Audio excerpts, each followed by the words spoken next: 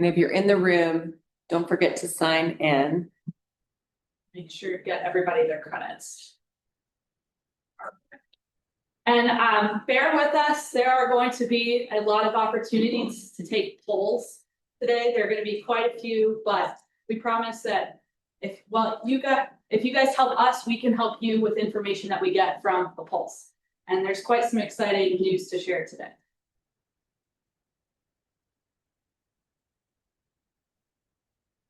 Okay, so our schedule today, our main event, we're going to have Madison Teeter from Arcadis, and she is going to talk about the Virginia Flood Protection Master Plan, and then we will have some time to kind of talk about how we feel about the plan after that, and Madison's going to be available to answer any questions that y'all have. Then we're going to have Thomas Rupert. He is going to talk about a no adverse impact legal guide project that William and Mary is working on for a little bit and how we can help them with that project. We are going to go over some federal updates, including 2 acts, FEMA acts that are going on. We are going to go over round 5 of the Community Flood Preparedness Fund. We're going to talk about our comment letter with that. We are going to with the round 6 that is upcoming for this year.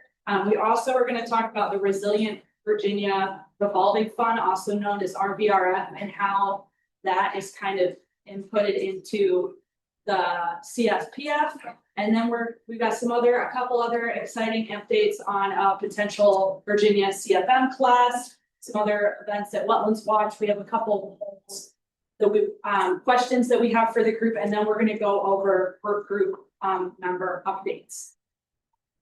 And so this is just a reminder with the announcements, and I just realized that these have 2024 on them, but we only have the most important dates are the ones here at the bottom of the 2 other CRS Workgroup meetings that we have for the rest of the year, which is going to be on September 24th and then November 19th.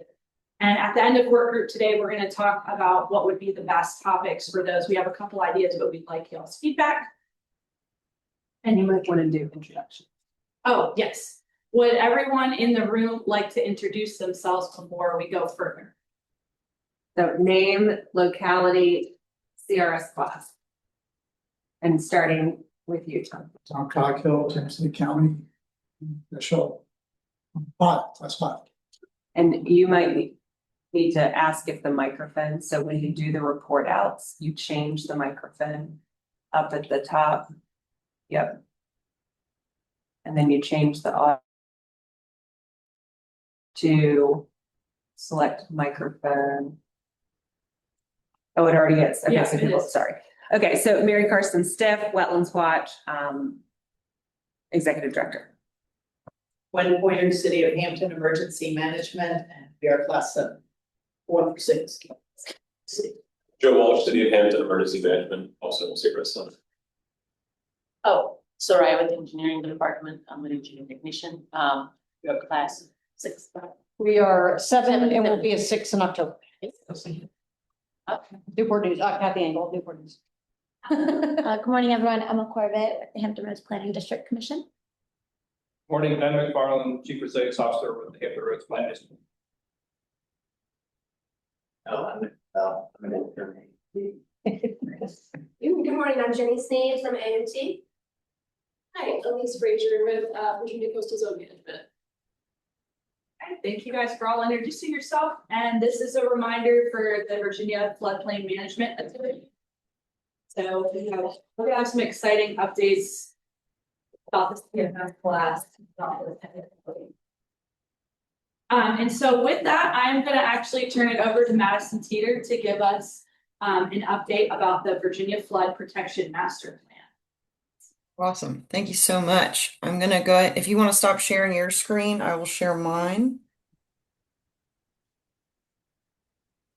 Oh, it says I cannot share my screen. I just sent you a request. So hopefully that goes through. Okay, great. That happened really quickly. Awesome. Can everybody see my presentation? Yep. Awesome.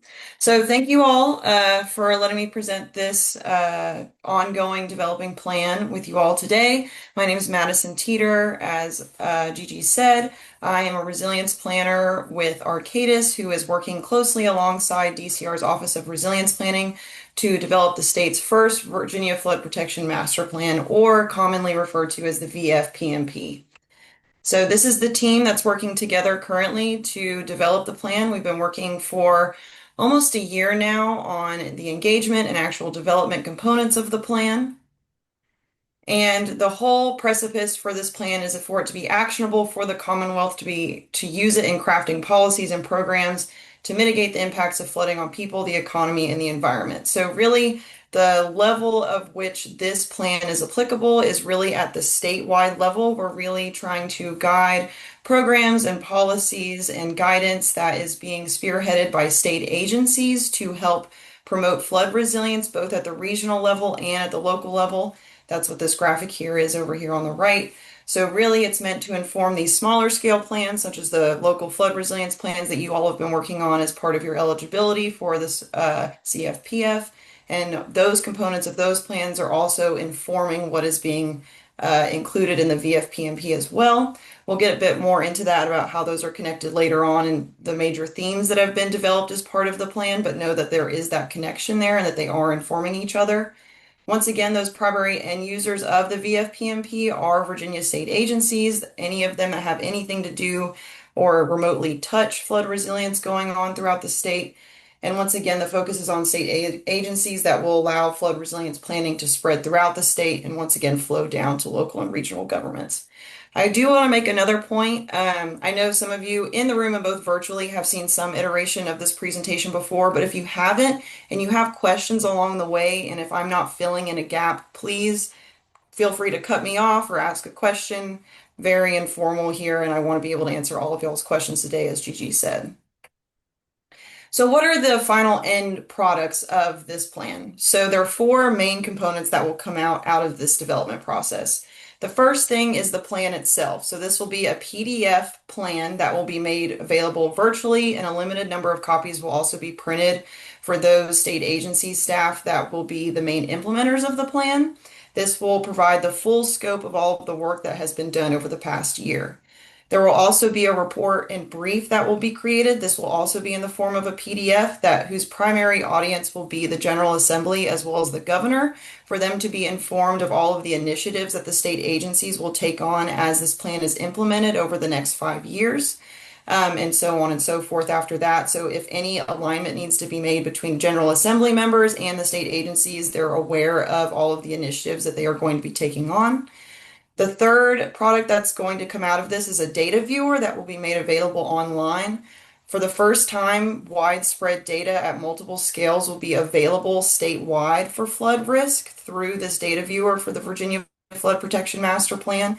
So that will be made available as well publicly for not only state agencies to use, but also local regional governments, and anybody who needs that data to do any sort of planning work can also be accessed.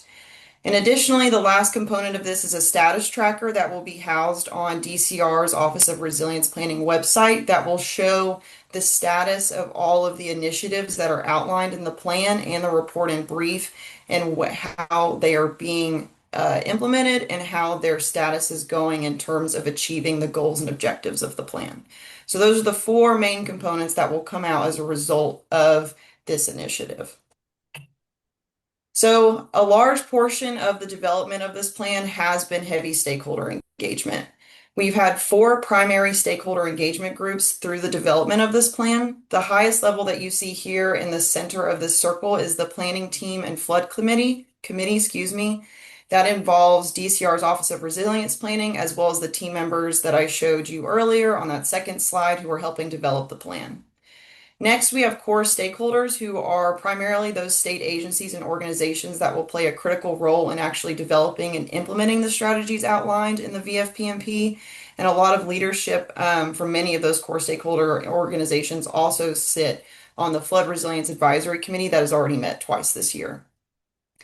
Further down from that are supporting stakeholders, who are other state agencies who may not play as large of a role in flood resilience in the state, planning district commissions, universities, localities, and other organizations who obviously possess a vested interest in the development and implementation of this plan, who can also provide specific expertise to certain strategies in this plan's development. Lastly, we have the general public, so it's all other entities, organizations, and individuals in the Commonwealth who obviously have an interest in this plan, and they're committed, and overall, our plan is committed to the. That someone from PDC requested information about how we do. You, Jay. Sorry, is that I a don't know, question some or kind of- someone's hot No, mic? just sorry, Chesapeake Madison. being crazy. Gotcha, no worries. So general public, so overall, everything that has been talked about and discussed in these meetings is made publicly available online, as we are committed to transparency and making all the information that has been discussed as part of the development of this plan being made available to the public. So if you go to DCR's website, the Office of Resilience Planning, you can see all of the different stakeholder engagement meetings that we've had thus far, as well as all the meeting summaries that have come out of that, as well as all the presentations that have been made up to date. So where are we now in the engagement process given all of those different groups? So we've had these key points in developing the VFPMP with those stakeholder groups. So the first one was back last September 2024 with stage setting, where we really introduced the initiative and scoping out what really were going to be our main goals for creating the VFPMP. Shortly after that, we had both virtual and in-person meetings to help create the vision, goals, and objectives for the plan, where that was heavily influenced by stakeholders in both those core and supporting groups. After that, at the end of last year, we had prioritizing gaps to address. We had a virtual feedback session and then an in-person session at the beginning of this year to really look at what gaps exist in state agencies in terms of resources and capacity to be able to effectively implement a flood resilience strategy statewide. From those gaps and the vision and goals that were determined from those two previous engagement efforts, we started to identify those flood resilience strategies, once again, both through virtual and in-person meetings, to identify what those main strategies should be that are implemented over the next 5 years by state agencies. We are now in the last stage of stakeholder engagement, where we're developing a more detailed implementation roadmap of what all of those components are and everything that needs to be considered as those strategies are being developed and implemented, such as what agency is going to be the main lead in making sure that it's actually implemented, what resources are needed if they're not already existing, what timeline should they be implemented on over the next 5 years. Are there any specific challenges and opportunities that exist with implementing this strategy, such as any specific legal barriers, or if there's already ongoing programs going on in the state that can really be further leveraged and built upon? So that's where we stand with the stakeholder engagement process and where we are in the plan. I'll pause right there just in case there are any questions up until this point.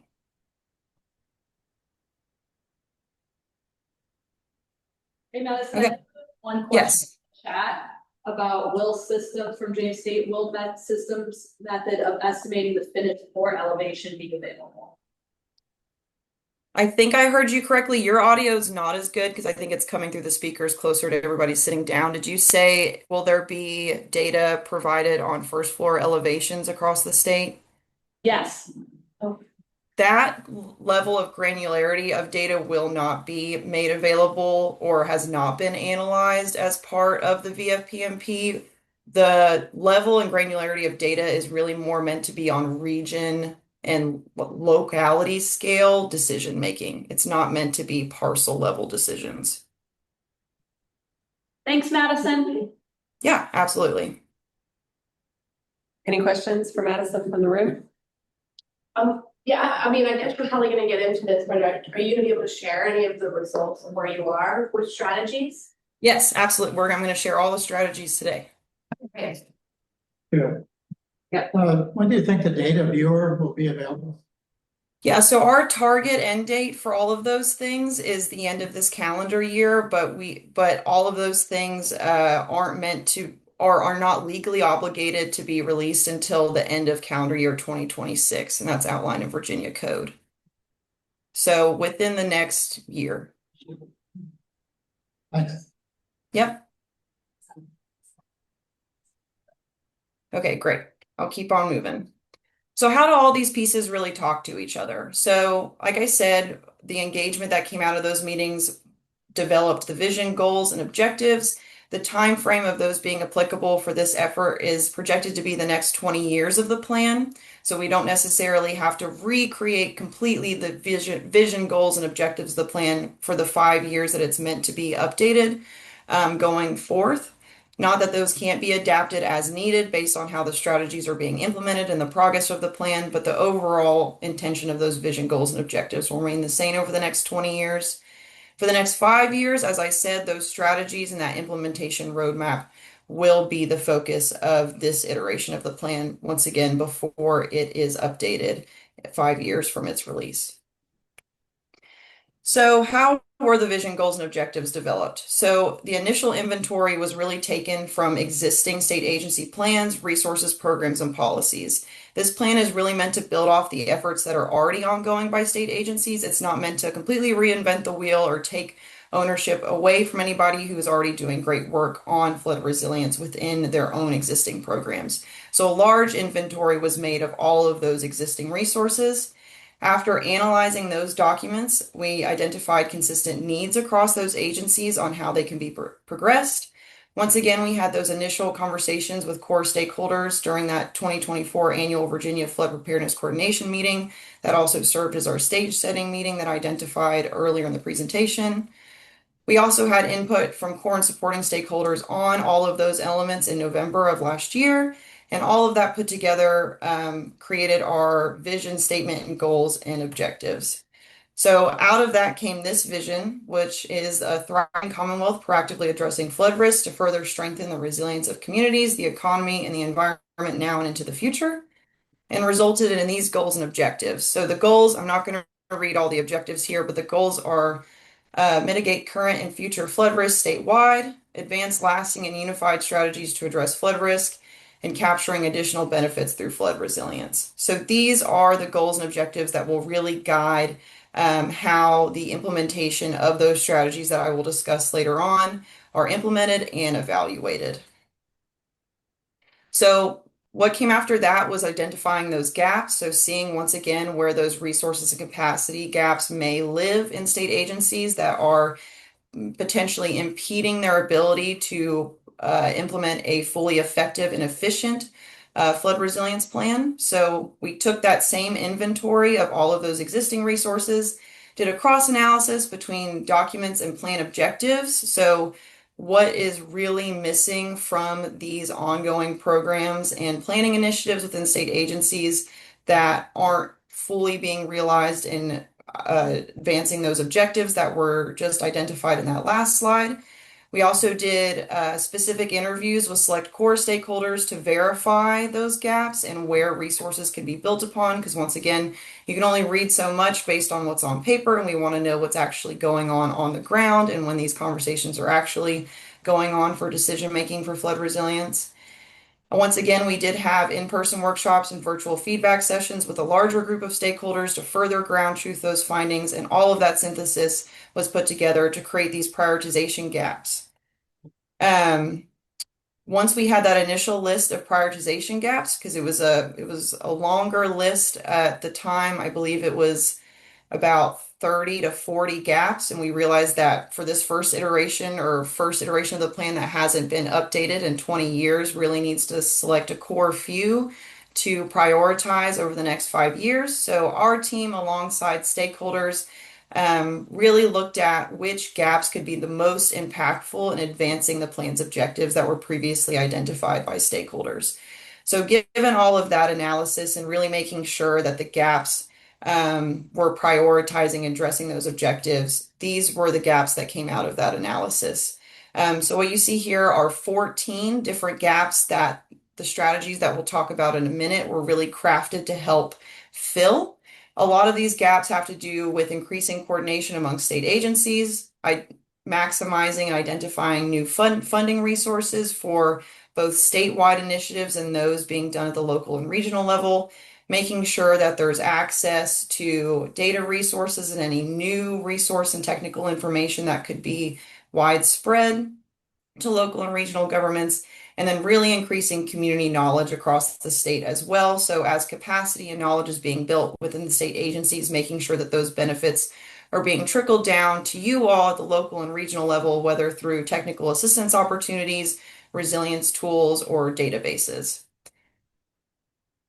Given all of these things, we're moving into how the strategies were identified.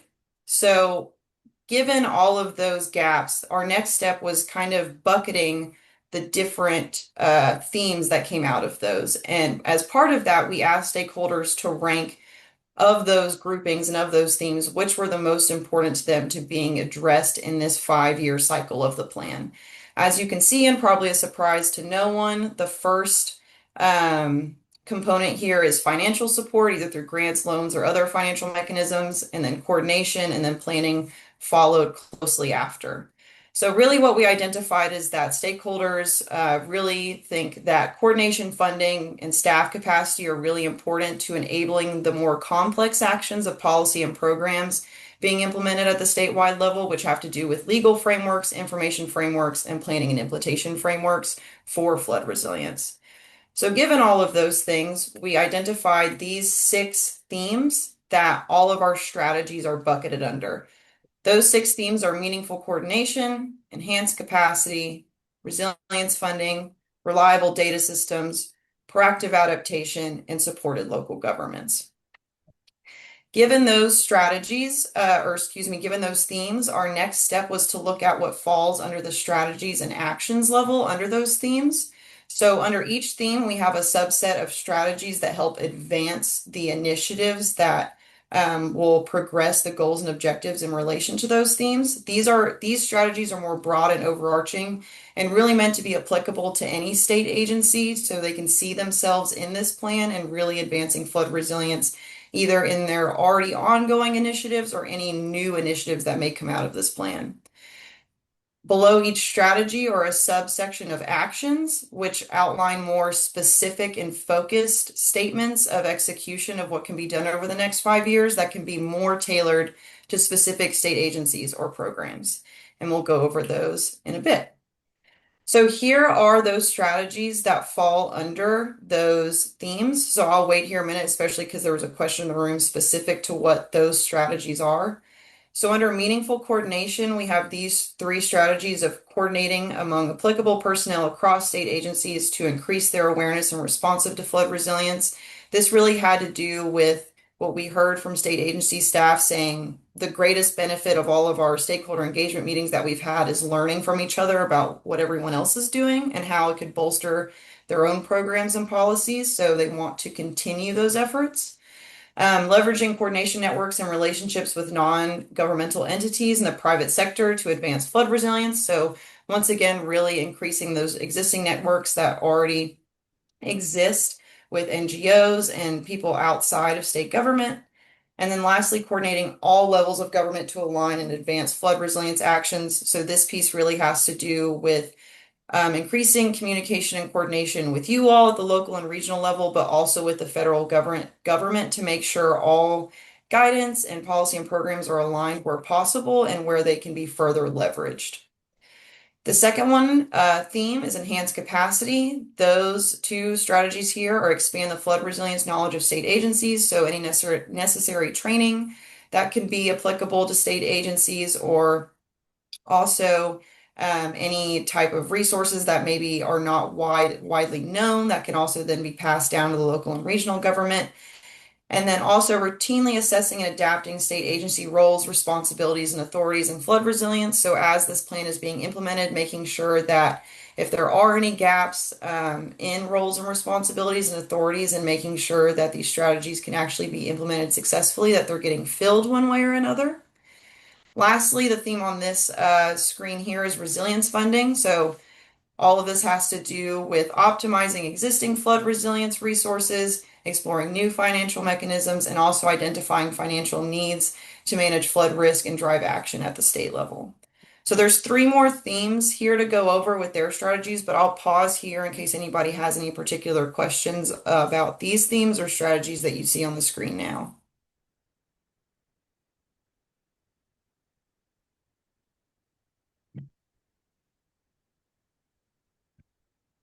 I can't see the chat, so if there's anything in there, just let me know. Okay, hearing none, I'll continue. So our next three themes, first is reliable data systems. So this is really about establishing a statewide comprehensive flood data management program so that everybody is working from the same data sets and making making data-informed decision-making frameworks based on those comprehensive data resources that will be made available.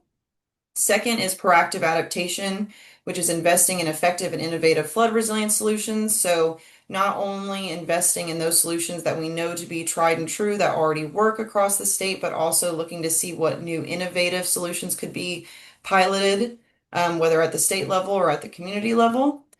We also have supporting the deployment and maintenance of nature-based solutions where appropriate. And then finally in this theme, we have encouraging the incorporation of flood resilience best practices during revisions of plans, policies, regulations, codes, and standards. So obviously that's a laundry list of things, but we want to make sure that the initiatives that are put within this plan continue to be carried forward with other state agency initiatives, where best practices really can be integrated into if they have not been already. Lastly, and probably most applicable to this group is supported local governments. So we have providing technical assistance for local, regional, and tribal governments on flood resilience, exploring state agency pathways for supporting locally driven adaptation solutions, and then lastly, expanding engagement with local, regional, and tribal governments to increase understanding of flood resilience. So this is really about bolstering resources and technical assistance opportunities based on all of the programs that exist at the state level and making sure that communication pathways are open and effective and making sure any new knowledge that is gained throughout this process or other state programs are then made available to local and regional governments. So I'll pause there as well in case there's any questions on these ones.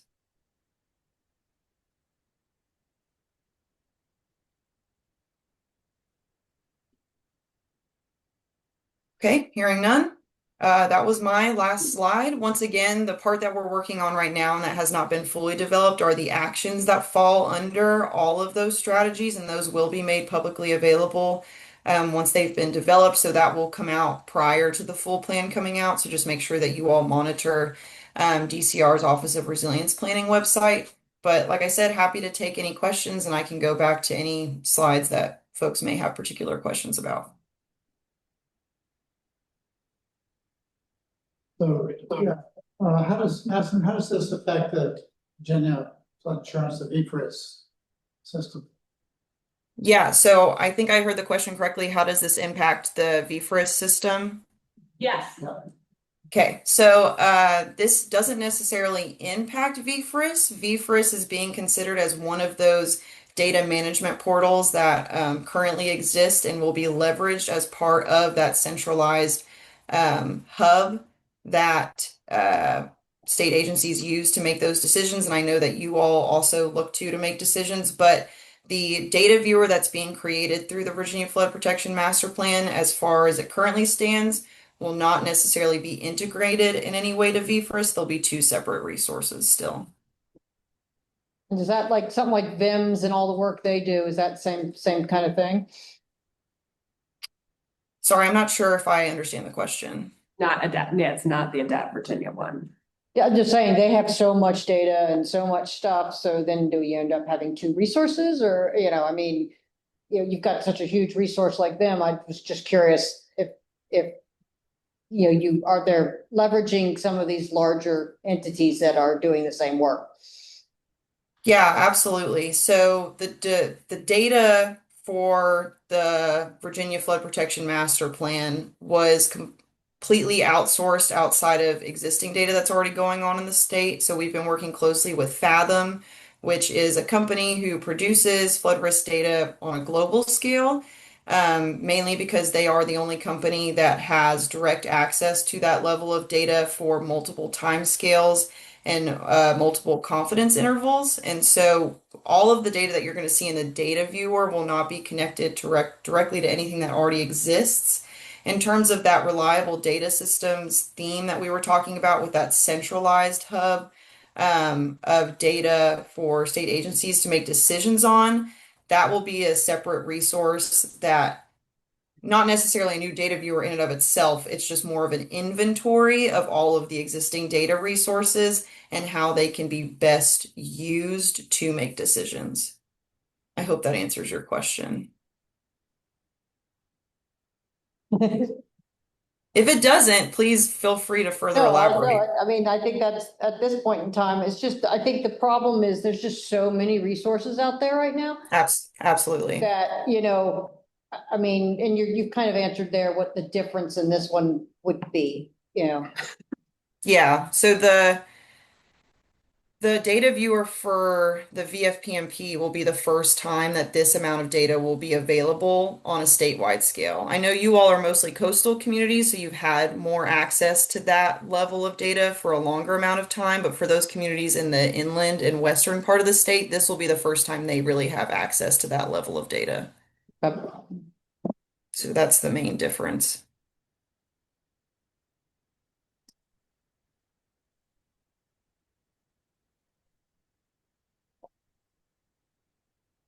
Does anyone else have any other questions or anyone online?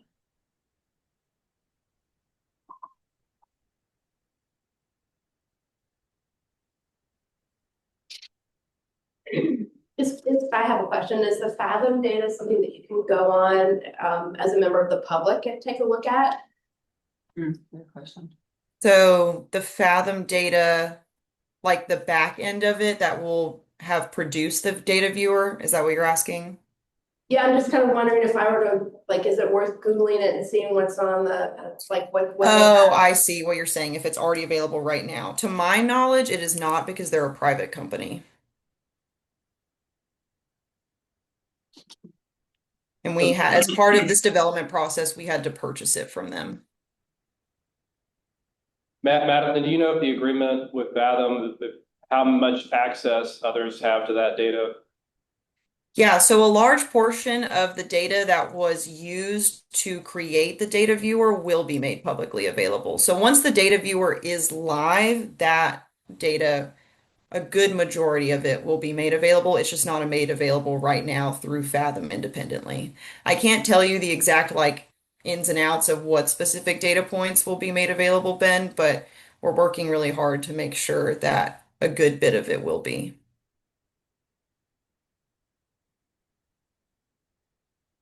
Emily has a question. Emily, if you want to come off mute. Thanks. Follow up to Ben's question, I think it was Ben's. My understanding was that the license purchased by the state would make the data available to localities and agencies, but not others. Is that still the plan? I think some states have made full open access, other states have made none. Yeah, to be completely honest with you, I don't know the specific particulars for localities versus agencies versus outside entities, but I can ask our data team that question and give it back to Gigi to then disperse to this group. To be completely transparent, I work more on the policy and program side of the project, not the data side, but I can get that question answered for you all. Yeah, totally fair. And I think that was part of some of the discussions when they were deciding whether to use Fathom as what level of purchase. Absolutely.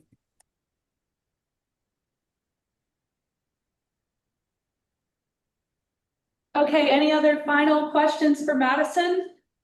If not, I will put her email in when I send out our big, which is going to have a lot of links in it, the email that I'll send in a couple days so that y'all can reach out to her if you have any more questions. Yeah, and I can put it in the chat as well for those online. But thank you all so much for the opportunity to speak, and please feel free to follow up with any questions. Thanks, Madison. Thank you. And I have a quick poll for y'all to take on this as well. He's back, yeah, there we go.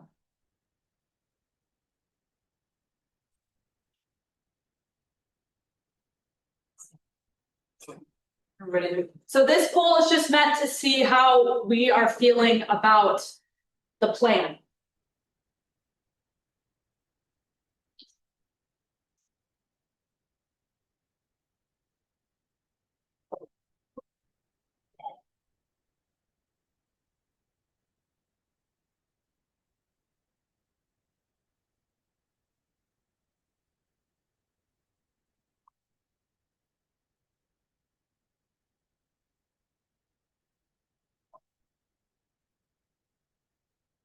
All right, so it seems like we're got a decent understanding of what is going on with Virginia's plan. Thanks again to Madison, and now I'm actually going to turn it over to William and Mary to talk about their no adverse impact guide project.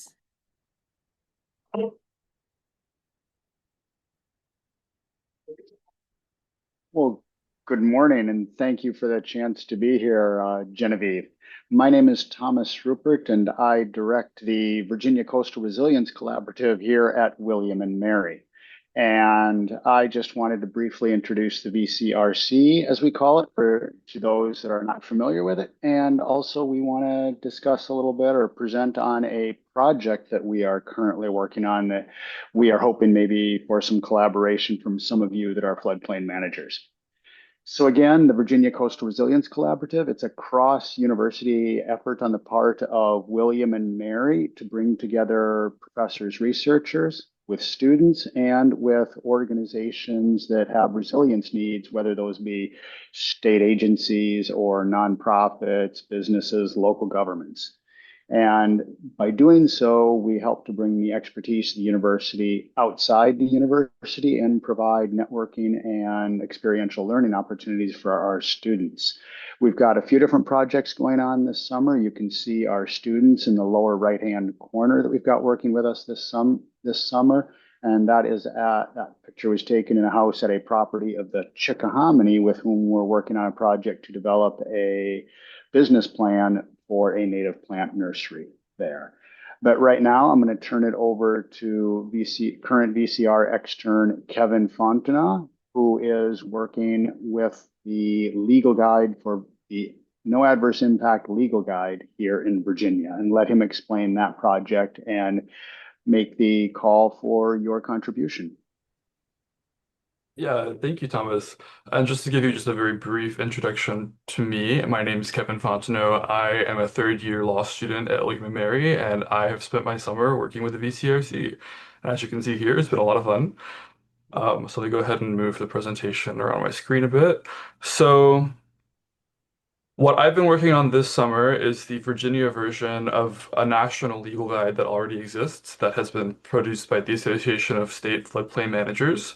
So in 2023, their national guide was published, and our very own Thomas Rupert actually was one of the authors for this guide.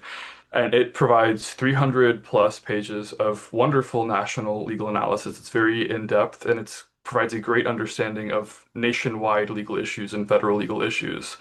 But the type of work that floodplain managers are responsible for will often implicate state law issues as well as federal and national legal issues.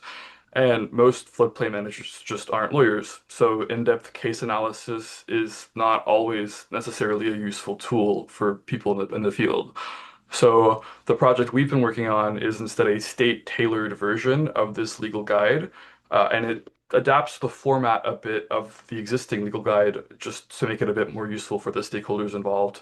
So if you're familiar with the national guide, I'll just go ahead and briefly explain how it's a bit different. Rather than being 300 plus pages of stiff, dense, like actual like legal explanation of the doctrines in place, it's instead separated into an appendix that has this information for lawyers and people who really need like case sites and that kind of information. But it also has a narrative section that is a plain language explanation of the legal takeaways that are actionable and that ultimately we hope will be useful for people working in floodplain management in the state of Virginia. And so I'll go ahead and move over to the next slide. And so here's just a sample of the kinds of questions we'll be asking or we'll be tackling with this guide. So for example, can my local government be liable for damages that result just merely from the negligent design of our infrastructure?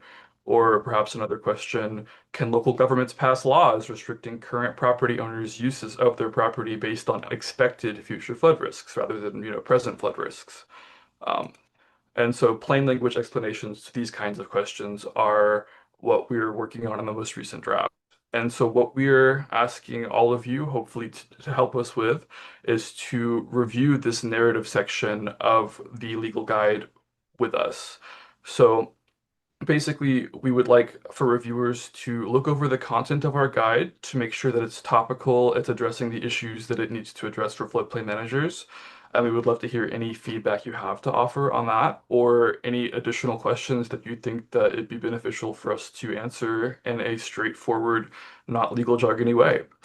And so if you would like to help, please reach out to us by this Friday to either of these emails on screen here, and we are happy to answer any questions you have. Does anybody have any questions online or in the room?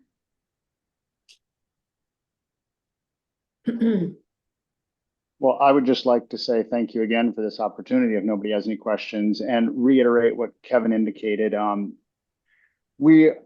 It's taking us a little longer to do this because we finally decided that we wanted to rearrange a little bit how we did this. Again, at the national level, the product focused very much on the legal analysis for attorneys. But again, we've kind of now flipped that, and we are focusing more initially, at least, on this more narrative form that is in the language applicable to floodplain managers. And what that will allow then is you as floodplain managers to more quickly identify what is the issue that you're concerned about. And then there will be linkages to that more dense legal analysis that will appear in the appendix. Yeah, Awesome. Will. Will has a question. Yeah, thanks. So for those who don't know me, I'm with the Coastal Zone Management Program, and we're interested in getting into some of this no adverse impact topic as well. And I guess this is really more of a question for the room. How familiar are you all as floodplain managers with the approach of the no adverse impact approach to floodplain management?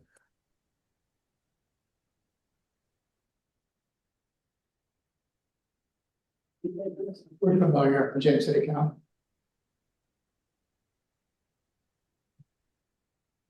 We know what it is. We're not part of the planning process. Anybody online?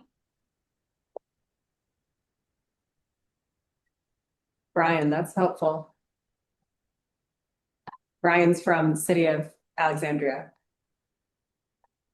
Is anybody using no adverse impact policies or strategies as an intentional process to follow in doing reviews of site designs or floodplain permitting, things like that? Yes. Yeah. Yes. Yeah. Yeah, it would be helpful for us to just give a really quick explanation of what that is, just in case there's anybody in there who doesn't really know what it is. That'd be helpful. Yeah, so at its core, no adverse impact floodplain management is the idea, or really is actions that will embody the principle that we don't allow people to harm others through their use of property. So having legislation that ultimately prevents other property uses from increasing flooding or other kinds of water-related damage to other people's property. It's essentially to promote responsible property ownership. That's kind of the name, no adverse impact, right? So it's to avoid creating problems proactively. And I'm sure Thomas can provide a more in-depth explanation as well. But that's just the basic idea. Luke, would you like to add something? I was just going to ask, I don't guess there's any chance of ongoing legal support. So, locality CFMs don't have to bug the state NFIP coordinator for clarity on some of these questions. Or is this going to kind of be a compendium of every question ever asked? I don't know that we're going to manage to get every question ever asked, Luke. I think that would be a little ambitious. Right now, we would really like, in the longer term, for this to be kind of an ongoing living document. I think a lot of that depends potentially upon those in the room there in the Virginia Floodplain Management Association and how how much desire and push there is for this as we start to roll it out.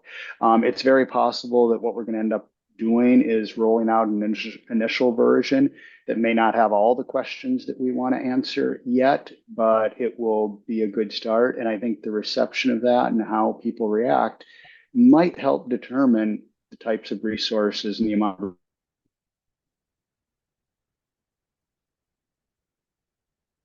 Depending on what's resources already put in into there, it I over might have longer some term. tricky ones for you. And we definitely welcome that. And that's really what we're looking for, and what Kevin's call is for, is initially what we want is we don't even need all of you to review even necessarily our brief narrative answers. We just want to give you the questions, first of all, and say, is this a sufficient representation of the questions that you most frequently find yourself running into and asking yourselves as floodplain managers?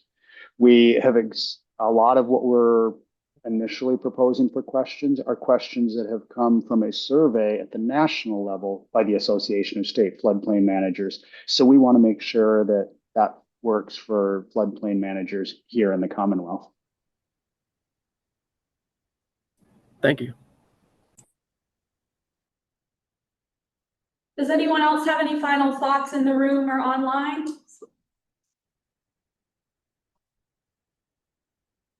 All right, thanks so much, Thomas and Kevin.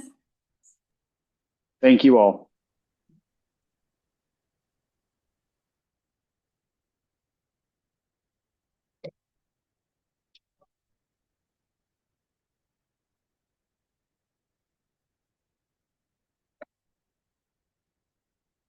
Okay, everybody, now I'm going to start talking about two acts that are up right now. And this is coming from my coworker, Ian Blair, who's our policy director.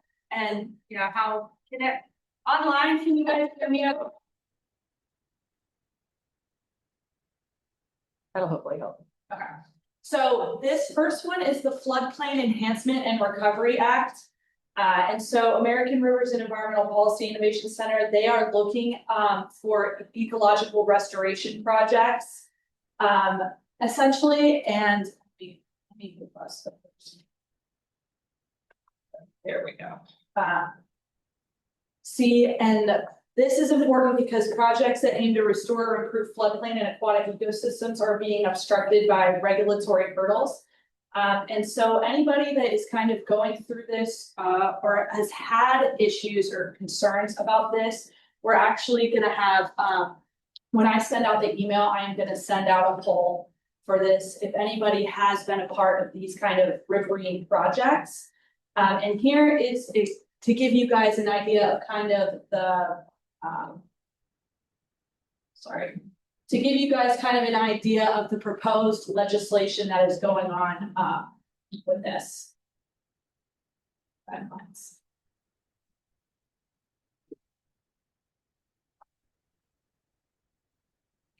Is anybody aware of this? Like, has this come across anybody's desk? Yeah. So I think that like the high level issue as it's been presented to our organization through American Rivers, who's one of, you know, our organizational partners.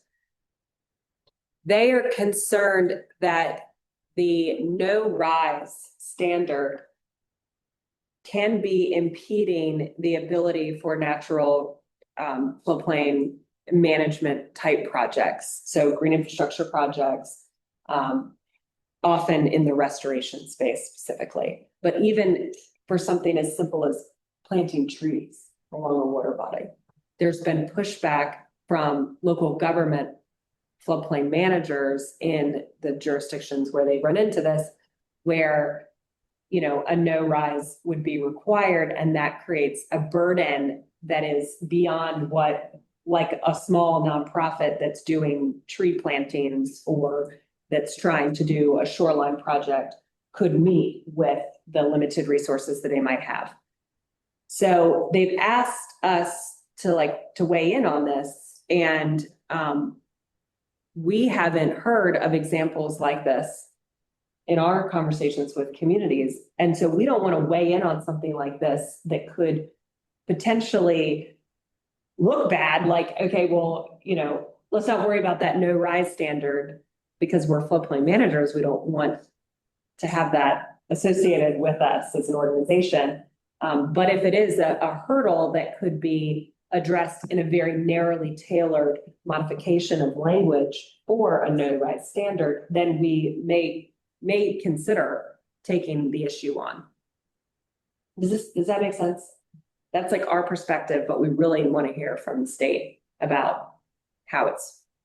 I know we're running into a huge CLOMAR for a whole watershed that we're doing a lot of more infrastructure projects. Right. There's some green projects in it, and the no rise is causing a ridiculous amount of, even like in the areas where we can't rise at all, it's causing a whole bunch of other, I don't want to say destructive, but work downstream or upstream, and it's just, for something, we're talking like a half an inch, but now we've got to go way downstream and do a whole bunch of other stuff in the floodplain and it's very counterintuitive for trying to address a major flooding issue in the city. And so sometimes it is very, very constraining and it's so focused on just this that there's no big picture understanding, Right. There's a lot of history there. There's been, when the TMDL first came out, we were doing a lot of stream restoration through the Chesapeake Bay. Yeah. They ran into this exact same problem, and so there's been a workaround before to have a better understanding and improvements to the process. There's still issues, like they said, but there are major. And so this is a conversation that has been going on. Okay. Probably better to talk to someone that's doing that work. We do it at our company. I can put you in touch with those people, but you also might want localities to tell you too. But this is an ongoing conversation, and there have been a lot of improvements like that were probably made over 5 years ago, but there's still issues. Is my takeaway from what people tell. Yeah, that's helpful. Will, would you like to add? Yeah, just anecdotally from friends and partners in the city of Richmond in the park system there, I've heard that through the CFPF funding they got for acquiring Mayo Island, they can take down the buildings and structures that are there, but they can't plant trees in kind of, in their place. So, on that line of things and kind of the counterintuitive side of things, I understand the reason for no rise, but I've definitely heard some, hoping that it could be different there. So that may serve as an example. That's a great example. Yeah.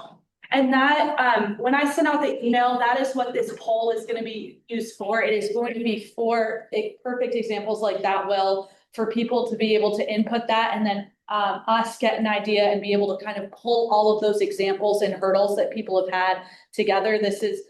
When I send the email, this is not a poll that's like everyone needs to take. It is really just meant for these restoration project issues because it is a longer form thing, but we're trying to provide a space for people to give back these hurdles and then we can kind of move forward with guidance in the future.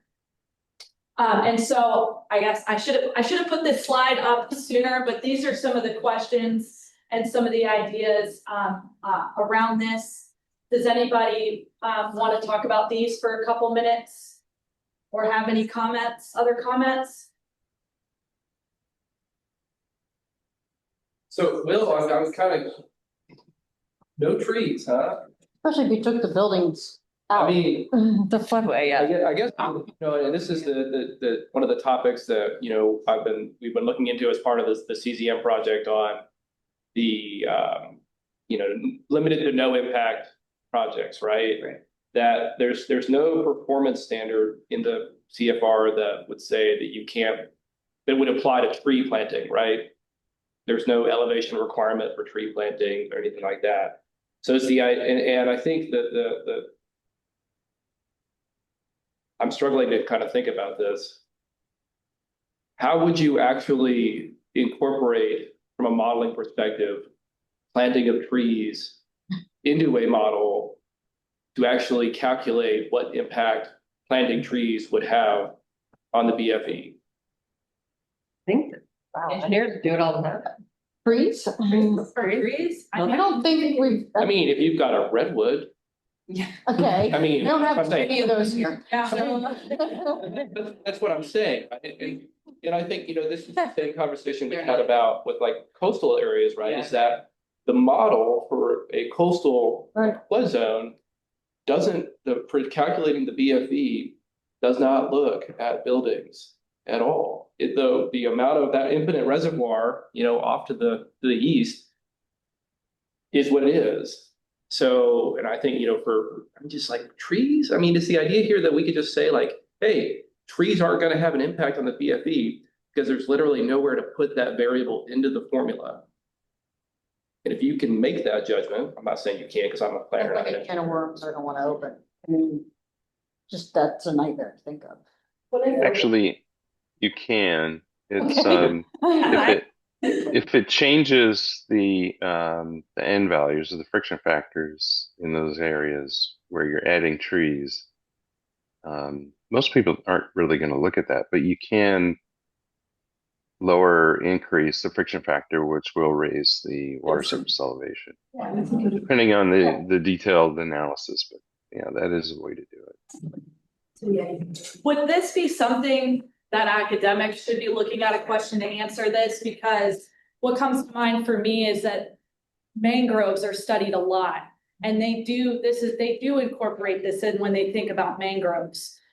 So maybe this is a question that we need a study, because yeah, it's like aren't allowed to put the trees, but is it still woody? Yeah.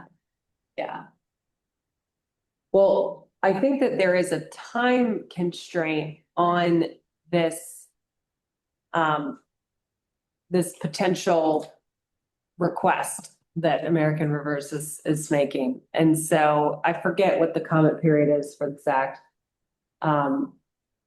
But I think that there's a time sensitivity that's for this specific issue. So I think, this could be talked about more in more detail with people who have more experience, like perhaps people at AMT, or how Mayo, the Richmond city, has been pushing back on the Mayo project.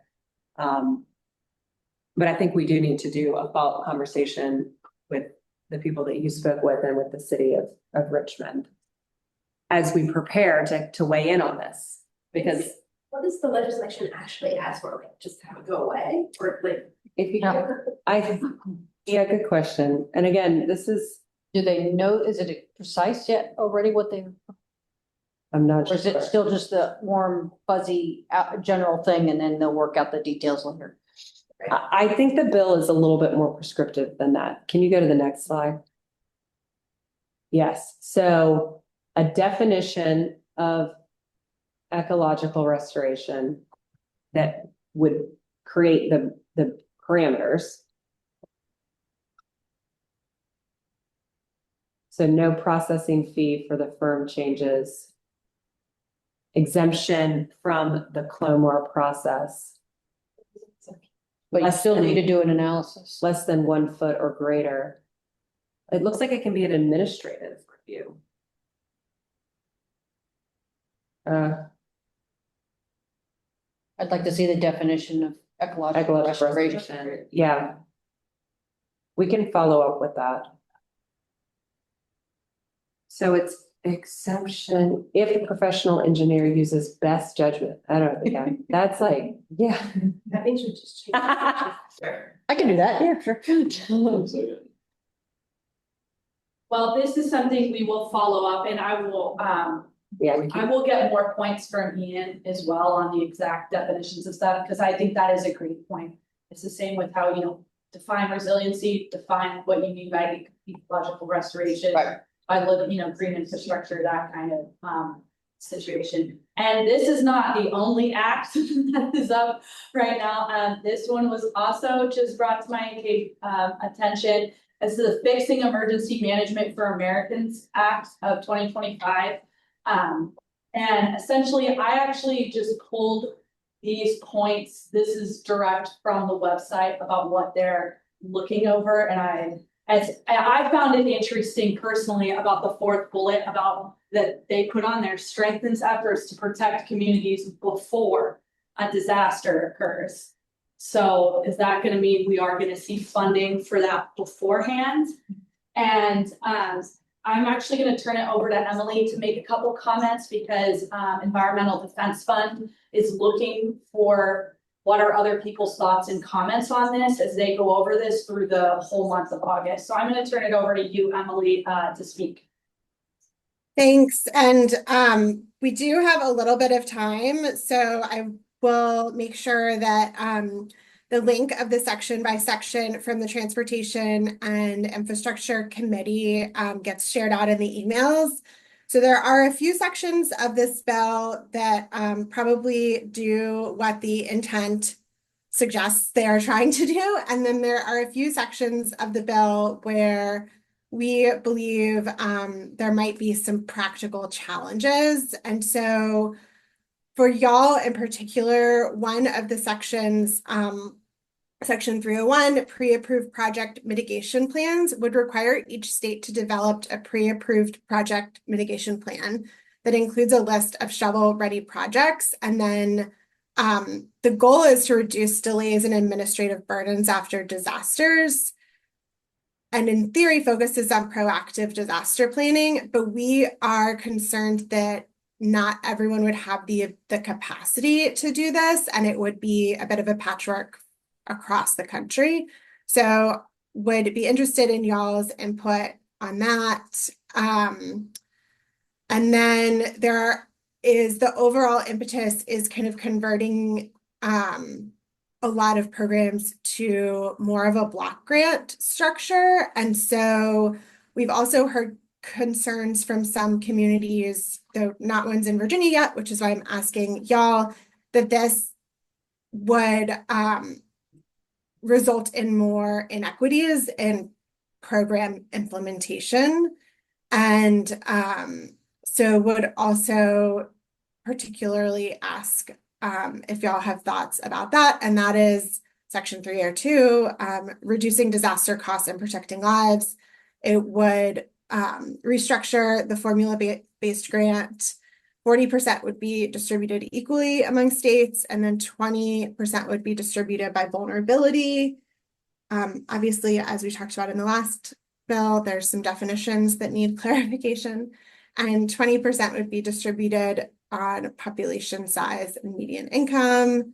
And then it kind of goes down the line, but wanted to see if y'all had any kind of initial reactions, but otherwise we'll make sure the summary documents go out. We're working with some other national partners on putting together some shorter summaries, but we have the rest of August to kind of provide feedback to the committees. So I will make sure my email is also in the chat and would love to hear any kind of specific thoughts.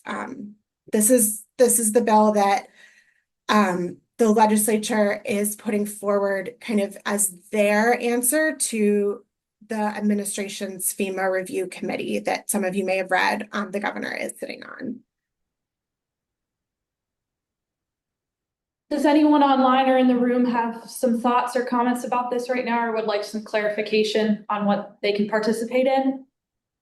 I have a question about, Emily, when you said the state has to prepare a list, does that mean I got to get my project on the state's list before I can even apply, or me applying for the grant will put me on the list? The former is what I am interpreting that to mean, and is why we are concerned about how that would be managed state by state, and capacity of you all to do that and navigate a list, and a state to manage a list. And so if you are saying what I was also saying, we have the same concerns. Okay. I mean, we couldn't get the list of projects for the Coastal Resilience Master Plan. Yeah. So why? Well, it's just, I know in the city, it's evolving all the time. And so that seems like a nightmare. Now I'm competing against the other things in the state, which I would be anyway when going for the grant money. Right. Now I got to get on a list. Yeah. So I just, hire somebody. It's just another level of bureaucracy. Kathy, I think that's you from my yes. small screen. Okay. So yes, those are the concerns that we are reflecting in our comments to the committee. Okay. Thank you. Thank you for answering. Well, and there's there's the project types that a lot of you deal with more than we do. Yeah. The large infrastructure project types, but a lot of what Joe and I do are home elevations and things like that. How are you gonna have shovel-ready projects when these are all 100% voluntary? So the homeowners have to have signed on ahead of time. And I can guarantee you there will be inequities in that system as to what homeowners come forward to participate in the program. And we're not even allowed to go out and solicit equity projects anymore, so. That's a great point. Beyond the infrastructure, those voluntary programs, it's actually impossible and would exacerbate inequities even further. So I'll definitely make sure that the links are sent out, but please, if anyone has other comments as they scan through the section by section, we're in close communications with the committee, and they have taken some of our suggestions very closely. Some they have not, but I'm happy to keep making sure they're at least getting kind of the practical why this won't work, so they can work through it. Thank you so much, Emily. Thanks, guys. Okay, speaking of grants and talking about projects and shovel readiness, Ian and I hosted a lunch and learn on Friday, but we know it's very busy, and that is on YouTube if you would like a more in-depth analysis of what happened with the Community Flood Preparedness Fund during round 5 and our concerns, you know, with round 6 and how it relates to RVRF. If you would like a longer explanation of that, that is on YouTube. In the interest of time, I'm just going to quickly go over some of this that it might not have been brought to people's attention, just to kind of give you a reminder and where we're at going with the rest of the year and some of our concerns going on with the RVRF funds. And so at the beginning of this month, it got announced that around $67 million was awarded for round 5 of CFPF. So that brings us up now to over $218 million that has been released. And this slide also shows you over on the right-hand column what the percentage of designated low income has gone towards. And so on this slide, Ian really did a huge analysis, and I'm only going to share a couple of his slides in the interest of time. But this gives you an idea that there were 17 applications, 65 got awarded, and only 5 were declined. So that really is a higher percentage, you know, of these applications going through, which I think can give localities like just a little bit of a boost that, you know, that this is available to them. And so this was the amount that was awarded. We saw a lot of resiliency plans. When you look at the percentage breakdown of what was getting funded, we saw a lot of resiliency plans. We're seeing a lot of H&H studies. And then we are seeing, you know, some living shoreline projects get funded through this as well. And this also at the bottom breaks it down for that low income priority. So, you know, from our capacity and planning side, our study and our project. And this was the first time a soil and water conservation district was awarded money for a resiliency plan for Franklin and Henry counties. And so that is huge. And we just got back from Roanoke and talking to some other planning commissions and some of the other soil and water districts and seeing if that might be a way to help some of these other counties that have absolutely no capacity for any flood resilience at all. And so with that, we have an updated map. Just a reminder, we will have, we are currently updating the website on Wetlands Watch, where we have a lot of information about the CFPF. And then we work with EDF and VCN to have one-pagers on projects. And we're going to have some of those up shortly on what just happened in round 5, just to kind of give you guys a short example of like, you know, what the locality did, how much money, what kind of project is it, just a quick summary to give people ideas if this kind of funding is the right move for them.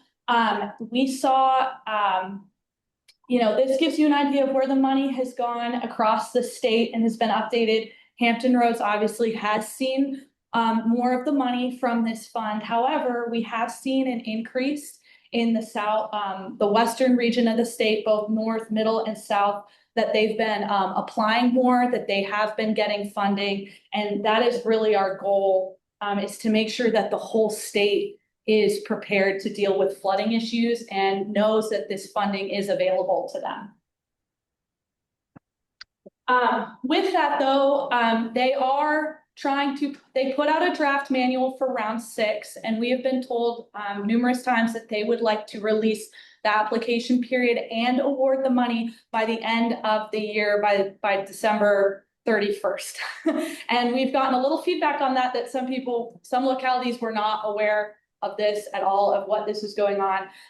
So we just drafted a comment letter with the help of some of our partners, and some of our real concerns about this for that draft manual was the RVRF match compatibility. And I'm going to come back to that in a minute because I have a couple slides on RVRF. We really would like to see more transparency and a better timeline from the committee. Something that really got brought up was the potential that they were going to cap resilience plans at $200,000. Now, to give you an example, the Blue Ridge Soil and Water Conservation District, that resiliency plan for 2 counties, they were awarded $95,000 in that round. However, the range for these resilience plans have been from about that to in the 300, hundreds of thousands of dollars and above. So the resiliency plans really dependent on how big of the scope of work it's going to be, and with what the CFPF has put in the manual of what they need in those resilience plans. And we're concerned about this because this could potentially be a barrier for localities to even try, knowing that they have to have a DCR approved resilience plan to apply for those projects and get the projects ready. And so they also asked for some feedback they had a memo paper that was online. And we're also concerned that they just want to limit hiring and training to low income geographic areas only. As well as we said, we believe that should still be kept open. Obviously, we believe that, low income should be prioritized, but we don't want to defer it because everybody is having capacity issues and staffing kind of issues across the board, no matter how big their locality is. And Ian and I actually set up another email. So if you have CFPF and RVRF questions, please feel free to use this email for us so that we have an idea. We can answer y'all back in a more timely manner if you have any questions about this, and we are happy to help, as well as help any of our partners that are in the central and also western parts of the state. And so I brought up about the Resilient Virginia Revolving Fund, and just to kind of give you guys an idea of what this fund is, they are kind of changing it, and we are kind of learning on how they're changing it at the same time. And so the CFPF is more at that community scale level for those projects, the plans, the studies, and this is more at the parcel scale for the RVRF. And so this gives you an idea of where some of the money from this fund came from. But right now, the RVRF is kind of only, for this next round to apply, is only available for the western part of the states, which I will show in a slide in a second. We also put in a comment letter on this, and we were asking for more, like similar to the CFPF letter, we're asking for more transparency. We are, asking for more details on the applications, the scoring, how, who's actually getting these funds, what are they putting forth that's getting them into, that they're available to use this, because RVRF funds can be used as a match for the CFPF funds. And we would like to know if that is gonna, for this next round, that means that only one part of the state is gonna be able to get those matches. But in a lot of the cases, because this is the western part of the state, they weren't even sure that this fund, they didn't even know this fund was there, that this money was available for them. And so we also want to thank some of our other partner organizations for commenting on this. We might have been the only comment letter for the RVRF. And so I mentioned what localities can apply for the RVRF funding. This is currently for the round that they have. And these are from the FEMA declaration from hurricane that were affected during Hurricane Helene.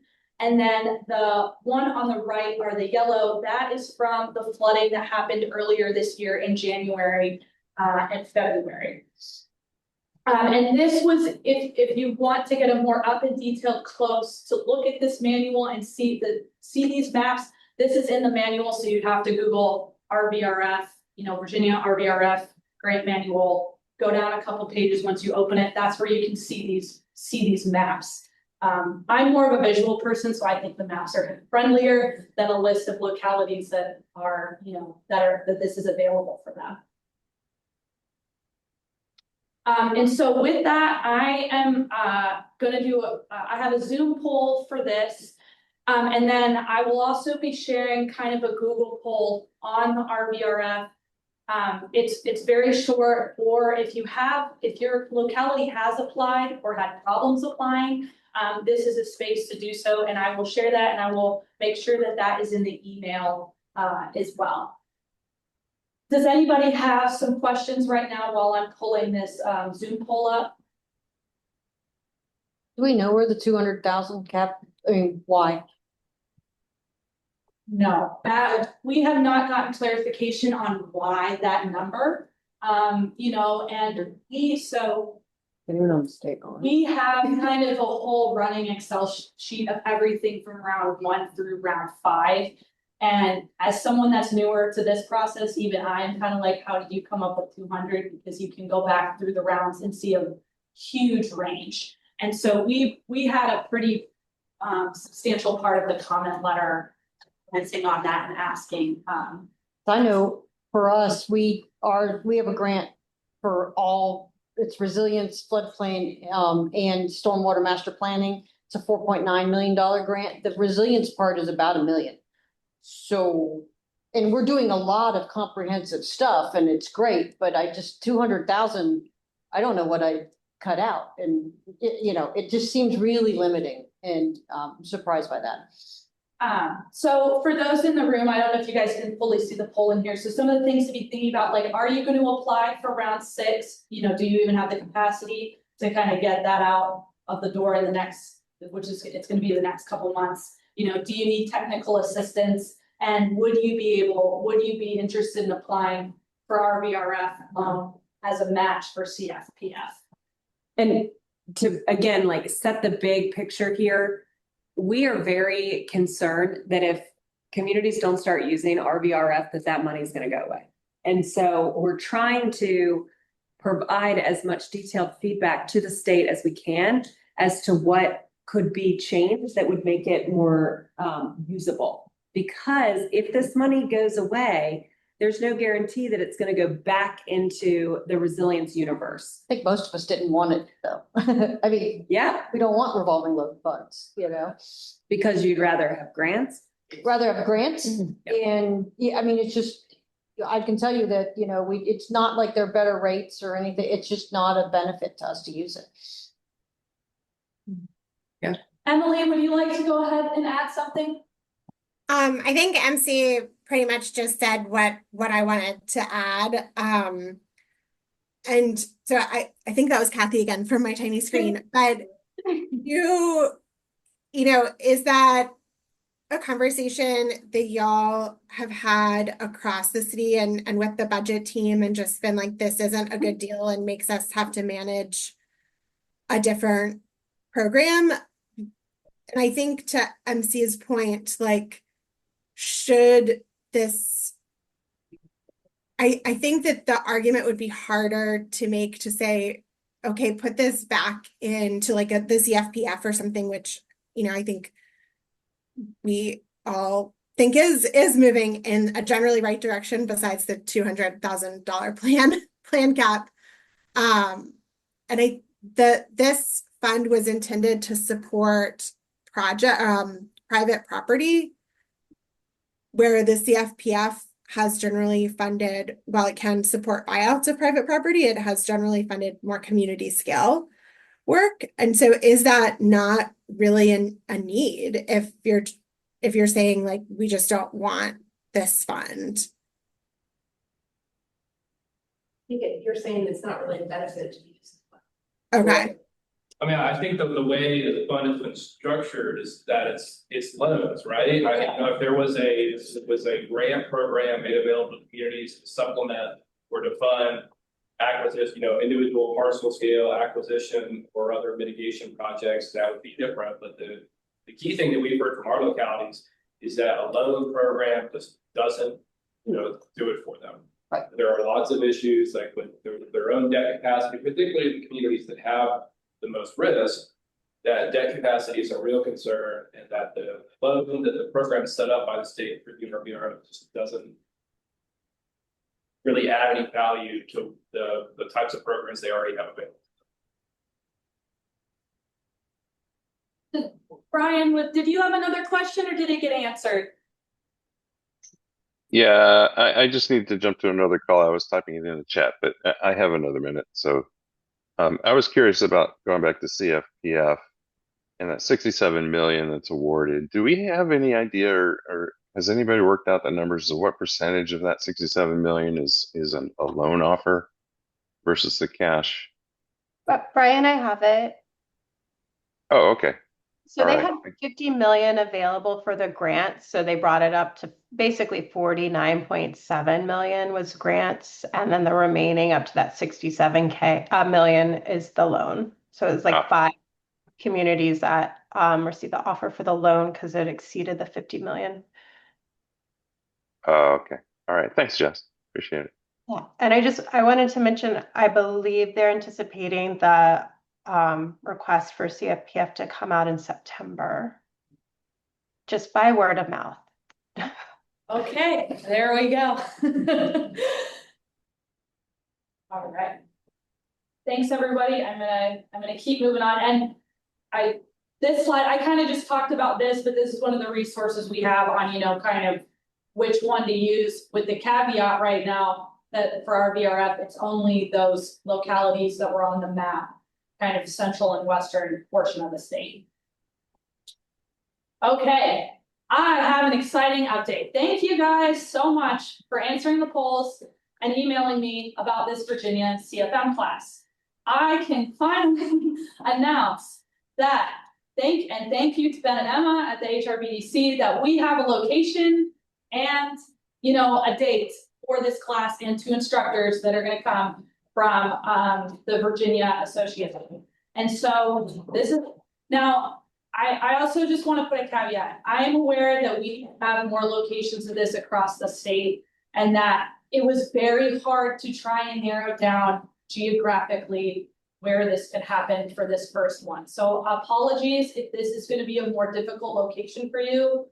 We are hopeful that this is not going to be the only one and that we will continue this on. So I really want to say that because I know this is a large state and it's hard to just pick one spot, but for this was where we had availability, where we could get the instructors, and where we had a space that was available. And so with that being said, I am going to be sending out another poll. It's like Pollapalooza for this CRS Workgroup. I will be sending out a poll, and this is registration only. This is for you, or if you are a supervisor, for the people that you want to take this class on August. So it's Tuesday to Friday before Labor Day weekend in Chesapeake at the HRBDC.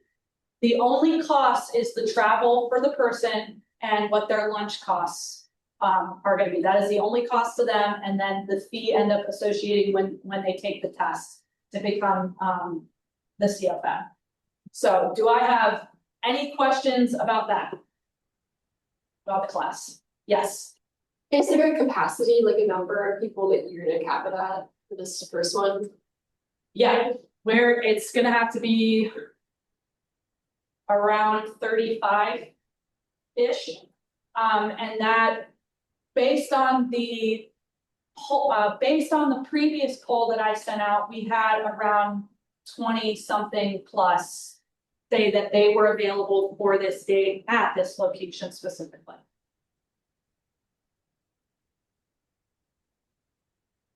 Sound good? You know, because. Just saying 35 will be pretty cozy. Yeah, in that yeah, room, thank you, right? Ben, yeah. But we can fit it, that number of people. Yeah, yeah. Just have to rotate who gets a table. Yeah. Who gets a ball. Yeah. Well, I'm just thankful that, you know I will not be driving to Maryland. So and to give you guys an example, if you are in that part of the state or you still want to take the class, this time doesn't work out for you. I received the email because I am still enrolled for the one at the EMI, which is in Maryland, and they are still doing some classes from what I've heard. It's not fully gone away. So that is an option still. I want to make that everybody aware of that. 6-day class. No, it's still 4-day. It's still 4-day. I would leave on Sunday and then it gives you it's 6 days because it's a day of travel on each end before and after. They put that in there. So you're in that case, your lodging is covered. Yeah. There. If that makes a difference for some people as well.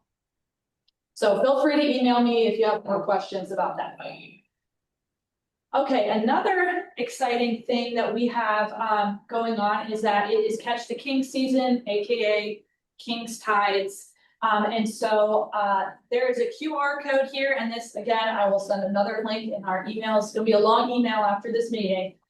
If you have any interest in or know anybody that has interest in becoming like a tide captain, and essentially that person kind of gets in their community and rallies people to go. If you're not aware, we have an app for Catch the King, and you go out and actually you follow the flood of where the king tide has flooded your area.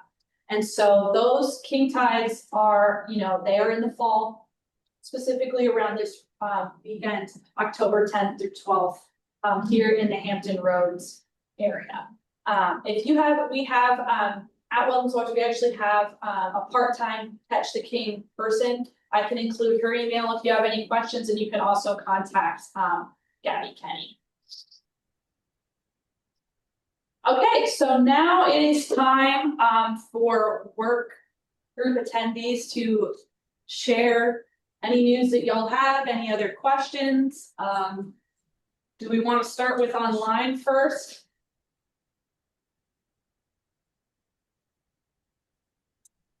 Anybody online?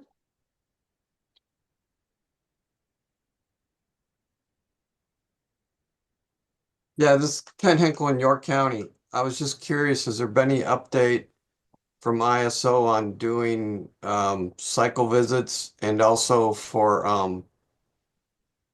annual we have to send in for an annual update. I haven't seen any emails for that. Do you have any information on that?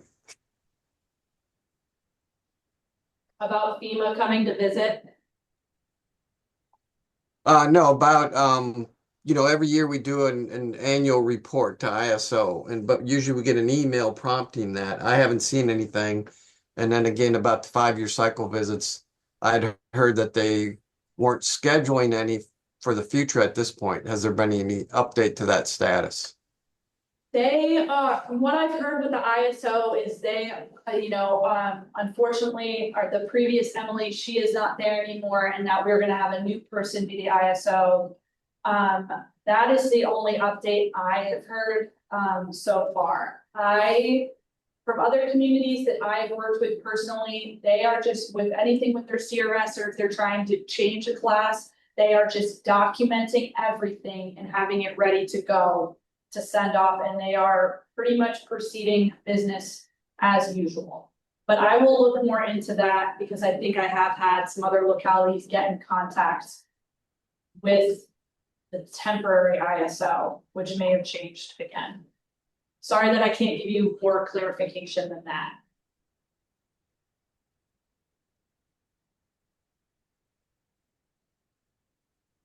This is Christy with James City. Are we talking about the elevation certificate report that we send out every year? Because I know James City has received an email regarding that. We've sent that on off. I was just referring to the CRS in general, not, about people that they would have their site visit, like for example, City of Chesapeake. They were, before stuff has changed with FEMA, they were supposed to have a site visit in September. That is not happening, that they're not having a site visit, but they are going through, because they are trying to go up a class, they are going through is everything. And I know they have been working on their elevation certificates and also working on properties that were, I'm apologies, I lost the term, but the parcels that can't get insurance that are wrongly defined as so, essentially. Okay, I wasn't sure when they said the yearly contact from ISO, if that's what they meant. Oh, good.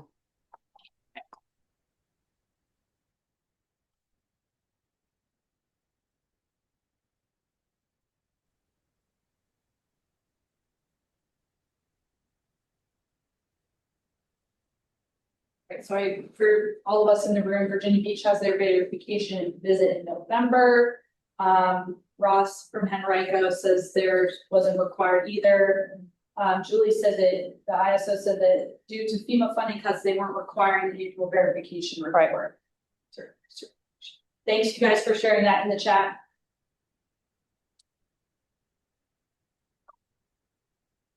Anybody else in the room want to share anything that's going on with you? At HRPDC, we're working on our expansion of our roadway flooding sensor network. So we've met with about 8 localities now. Then we've got meetings scheduled with another 6, I think, on the books, and we're trying to meet with all of them, over the next couple of months, and we'll plan to have a larger group with our meeting with all of our localities who are interested in being a part of that sometime in the October-ish timeframe. With our goal of moving forward with beginning installation either later this year or early next year. And hopefully we'll be able to coordinate with Catch the King on that once we get some of those sensors installed. So something definitely take advantage of. Just to go back to the CFPF conversation a little bit, we also submitted comments and were opposed to the $200,000 cap on planning. Resilience planning work, and in fact, Kathy, your plan was, I think, just one of the ones we had in mind today. Like, if it's good work and it costs a lot of money, that's not a bad thing. Right. So, we had a number of other comments as well for that that we sent out to our list. And then for those who are interested in it, apparently the final guidance for the Chesapeake Bay Reservation Act resilience has been posted in Virginia Town Hall, and we'll go out and register next month. So, FYI. Okay, we actually have a question. I have another poll for that. So yeah. Just saw that this morning. So yeah. That's all I'm doing.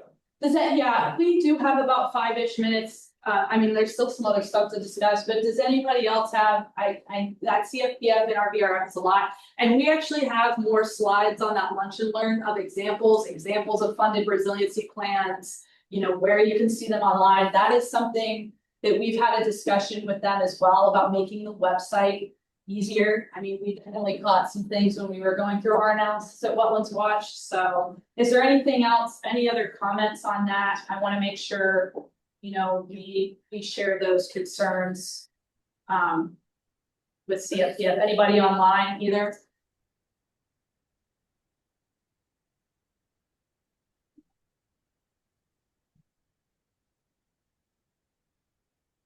Okay, any other news to share?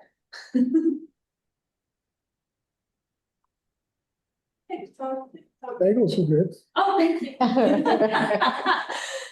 I have one more HRPC update. We'll be doing an update of our elevation certificate database. Again, coming up in August, you can expect to hear from me to gather those elevation certificates as well. We'll make a data call, so just keep an eye out for them. Okay, the Norfolk has a verification this winter and it has yet to be closed out. It's required to submit more ECs this year instead of recent. And oh, thanks, Ken. Yes, if If anybody's online, I spoke about sea level rise and some of the stuff going on. If anybody is having issues with their boards or would like someone to come talk about sea level rise, I'm happy to do so to anywhere. Essentially where we were, where we're going, you know, how it affects planning and why we need integration. I'm happy to do so on that for everything, because eventually I will have a PhD next to my name, but technically I am a marine scientist, so I can speak on some of that. Okay, to move on, so we got 2 meetings left for the year. One thing that is potentially brought up is for our next meeting is flooding ordinance topics. Is there anything else that anybody is really looking for some clarification on, or another topic that they would really like to hear us present on by the end of the year? Online and in the room, how are we feeling about this?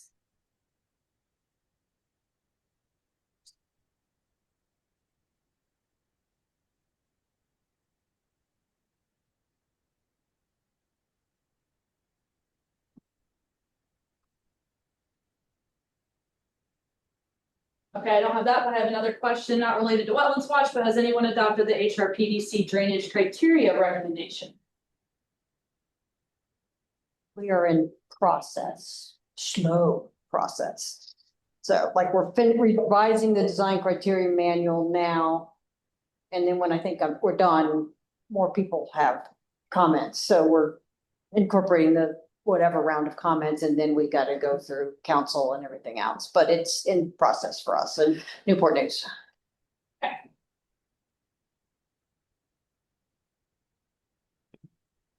Speak now or forever hold your peace about topics for the next meeting. No, he had just one other thing. Oh, okay. Oh, well. Oh, James just asked what city. Newport News. Yeah, James, did you get that, Newport News? Okay. Okay. And now we have 2 questions, a lot of questions, a lot of polls, a lot of homework for you guys today. In the chat, I'm about to put up another Zoom poll, which is in relation to the Chesapeake Bay Preservation Act. Okay, looks like got a mixed bag of who is gonna. All right, this is the last poll for the day on Zoom, you guys. So, and for those in the room, has your community started the process or already adopted the Chesapeake Bay Preservation Act ordinance updates in compliance with the 2020 legislative changes? Anybody in the room have thoughts on that?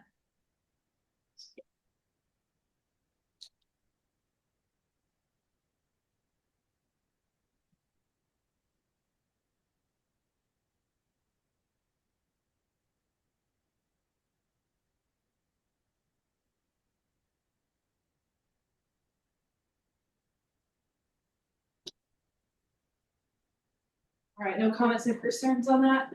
Okay, and then I'm gonna move on to another. Sorry, I have to get on my phone to look at this list. So Ian is working really hard with one of our interns to look at the resilience plans across the state and kind of get an idea. And that's we're looking at this in part of that CFPF cap of $200,000 to kind of get an idea of what is going on. And so there, however, we cannot find all the resilience plans. So we would really like some help. If you know, if you happen to be in one of these localities or you know someone, we are trying to find a couple remaining missing ones. And so that is Caroline County, Charlottesville, Essex County, Fairfax County, Fort Monroe, Fredericksburg, City of Gloucester, County, I'm sorry, the way he has them put on here, Isle of Wight County, King George County, Loudoun County, Matthews County, Newport News, City of Northern Neck, PDC, Petersburg, City of Portsmouth, City of Richmond, City of Spotsylvania, Stanford County, Urbana, Town of West Point. Sorry, they're cut off. But I'll put those in the chat. Does anybody have any comments on that? Yeah. Do you have any background on that? I mean, they were all submitted to DCR, but then one of my clients that we did one for years ago got, they emailed me and them and asked for it again. So I don't know, do you know what happened? Yeah, I haven't been part of the project, but Ian had, and some of them have been missing. And that, there's no kind of repository to see or. Well, my understanding is DCR contacted us with the same thing, and ours, right, our approved plan is a pulled together plan while we were working on, so we could go out to projects, but, they contacted us the same way and asked for a link to it or some other stuff, because they said in the, and I don't think they kept them all or something, because which is odd, but in the spirit of transparency, they are now trying to put them all somewhere accessible to everyone. At one point they were, that was much time, so. I'm just surprised that DCR wouldn't have kept them. DCR's never. No, but they are now. Are now. They're putting links to them or whatever else. That's, like I said, the email said in the spirit of, or the effort of transparency or something like that there. But I just found it odd they didn't keep them in the first place, considering we had to have them approved and all this other stuff. So that's why I was wondering. Yeah. They didn't say more than transparency. Yeah. One of them, I was actually the person who put in the grant. Mhm. Because the house was too small, so I just did it for them. So they asked me for it, and I was like. Yeah, and that's kind of our goal, like at Wetlands Watch, was like with CFPF having all of the applications, what's been applied, what's been denied, and having an idea of that and what the costs and the amounts were, and making sure the money is all matching as well. And part of that too is like, yeah, we're looking at the resilience guide, what are they having in common, based on the size of the area, that kind of stuff. And really, like, our interns done a really good job about looking for these, so then we can kind of, share the information that we've learned, what's going on across the board with all of these. I think, yeah, that, if we have to have the plan, it's gotta be DCR approved, then we should be able to see these, to get into the project side of things. So it makes sense that they should be all available to see. So I just looked, Yeah. it's up there now. Oh, it is? They must have put it up last week or so. Okay. It's a page that has links to all of them. Yeah, I think they're trying I to. feel like I got that all happened a couple weeks ago. It's been in the last few weeks. Yeah. That includes several of the ones that you mentioned. Oh, awesome. Okay, thank you. I will let it. Now, whether all the links actually work, I don't know. Well, Yeah, Well, it should be new. I mean. I felt so bad for whoever I was emailing at DCR, because that was going on during round 5, and so many of them were broken and or the wrong thing got uploaded. And so, you would get the zip file, and then it was like, this county didn't match the plan of what it was on, and so, and that stuff happens. It's a lot of applications to go through, and it's a lot of paperwork. So thank you for that, and I'm gonna make sure to share that with Ian, and I'll put what we're missing in the email. Unfortunately, because of the Zoom, I cannot put the other links in the chat. But I will probably send out the class registration. I'm probably gonna send out that class registration today. And then you will get another email in a couple days with the link to this talk, the poll on the buffers, one that we talked about for those projects and having issues with that.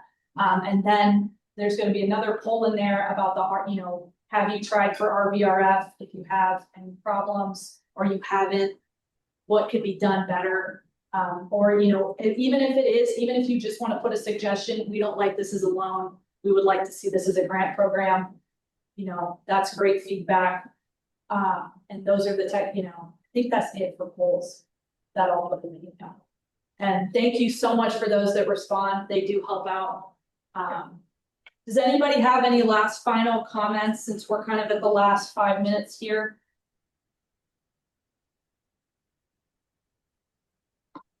Okay, thank you guys so much. This was a lot of topics to cover. A lot, and yes, like Emily said, our VRF is simply grants only. That is still super helpful. Yeah, on that Google form, it's not like every single one's required and it takes less than 5 minutes. Trust me, I would never give you guys more than like a 5-minute survey. Well, thank you guys so much. Thank you to everyone online. As usual, this will be available online on our website in the next week. And please, I really want to revamp and plan on revamping the website and try and also make it more applicable for some of our counties and localities that are out west. So the name Coastal may get taken off the name off the top. So, okay, thanks you guys. Have a great rest of your week and I will see you in September. And yeah, we have really good bagels. So if you can come in person, come in person. Awesome. And you like the coffee? It was good. Okay. It's good. Excited. Okay. Thanks everybody.